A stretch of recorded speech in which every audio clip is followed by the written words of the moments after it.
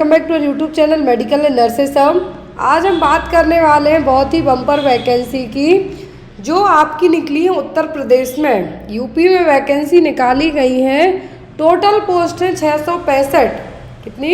665 post है nursing officer की post के लिए।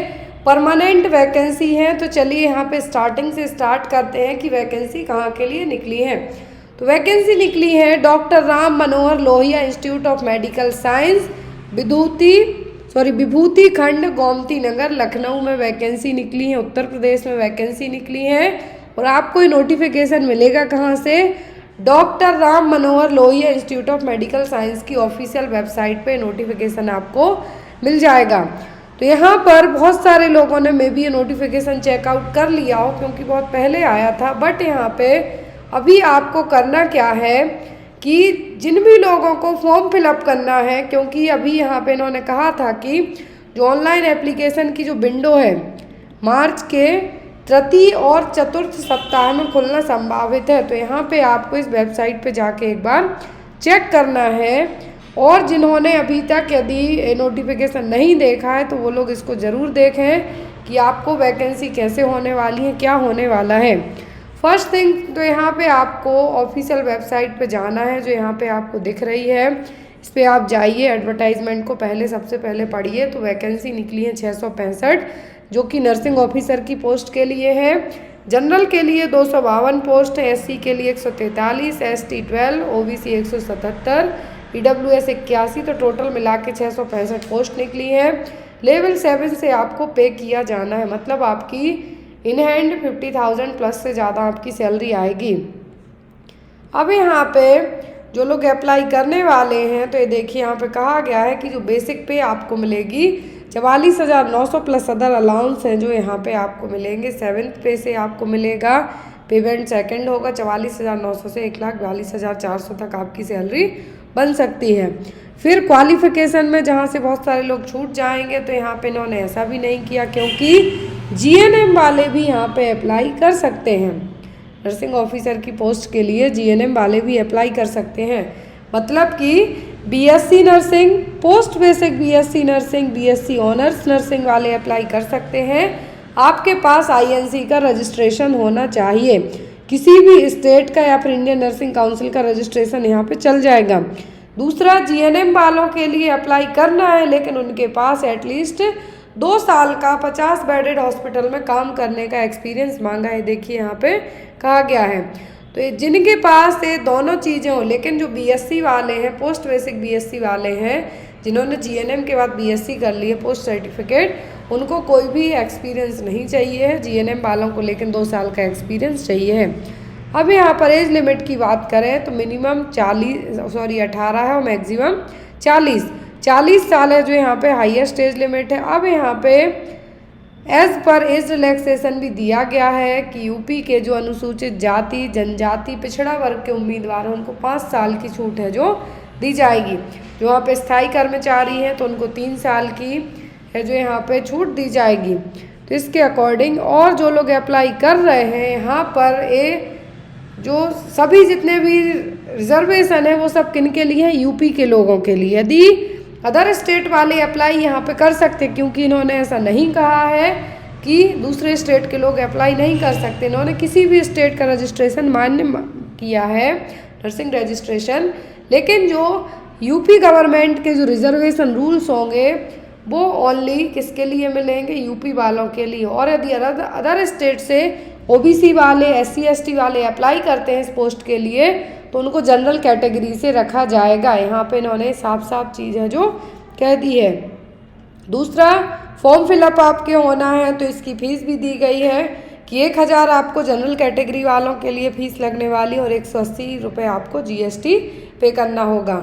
अन्य पिछड़ा वर्ग के लिए भी 180 है। अनुसूचित जाति जनजाति के लिए 708 और जो लोग विकलांग हैं सभी श्रेणी से, चाहे वो पिछड़ा वर्ग के हों, ईडब्ल्यूएस हो या जनरल के, उनको कोई भी फीस नहीं लगनी है।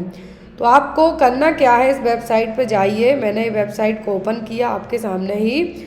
यहाँ पर अब आपकी ये जो वेबसाइट है यहाँ पे आपको नीचे की तरफ जब आप स्क्रॉल करेंगे तो यहाँ पे देखिए आप पूरा एडवर्टाइजमेंट है जो आपको यहाँ पे मिल जाएगा। ये देखिए, इसमें जाइए, ये रहा आपका नोटिफिकेशन, ये आपको नोटिफिकेशन ये रहा, पूरा आपको एक बार पढ़ना है। देन आफ्टर यहाँ पे आप इसी में वेबसाइट में दोबारा से जाइए। आप यहाँ पे देखिए कि यहाँ पे अभी फॉर्म है जो फिलअप हो रहे हैं या नहीं। तो यहाँ पे ये चीज़ आपको एक बार चेक करनी होगी कि आपके जो फॉर्म फिलअप हो रहे हैं या नहीं, क्योंकि इन्होंने कहा था कि लास्ट में क्या है, लास्ट में यहाँ पे आपके जो फॉर्म फिलअप हो सकते हैं, बट यहाँ पे इन्होंने अभी तक ऐसा कुछ भी ओपन नहीं किया है। तो आपको ये website time to time check करते रहना है। तो जो लोग यूपी के हैं वो तो फॉर्म भरे ही, जो लोग यूपी के अलावा किसी स्टेट के हैं तो वो लोग भी यहाँ पे फॉर्म है जो फिलअप कर सकते हैं। कोई भी आपके डाउट रह जाते हैं तो आप बेझिझक होकर पूछ सकते हो। रह रहा आपका रिक्रूटमेंट वाला सेक्शन। तो जो यहाँ पे आपको ये रहा नर्सिंग ऑफिसर वाला, यहाँ पे देखिए आपके आई थिंक फॉर्म है जो अप्लाई होने लगे हैं। मैंने यहाँ पे क्लिक किया, यहाँ पे आपका सब कुछ आ गया। आपको यहाँ पे फॉर्म है जो फिलअप करने हैं, रजिस्ट्रेशन करना है अपना। जो भी आपकी क्वेरी रह जाती हैं वो आपको यहीं पे सॉल्व हो जाएंगी। यहाँ से आपको नोटिफिकेशन मिल जाएगा। ये देखिए हो गया पूरा ओपन, क्योंकि इन्होंने इसमें लास्ट डेट तो आई थिंक कहीं नहीं दे रखी थी, बट फिर भी एक बार इसको हम चेक कर लेते हैं।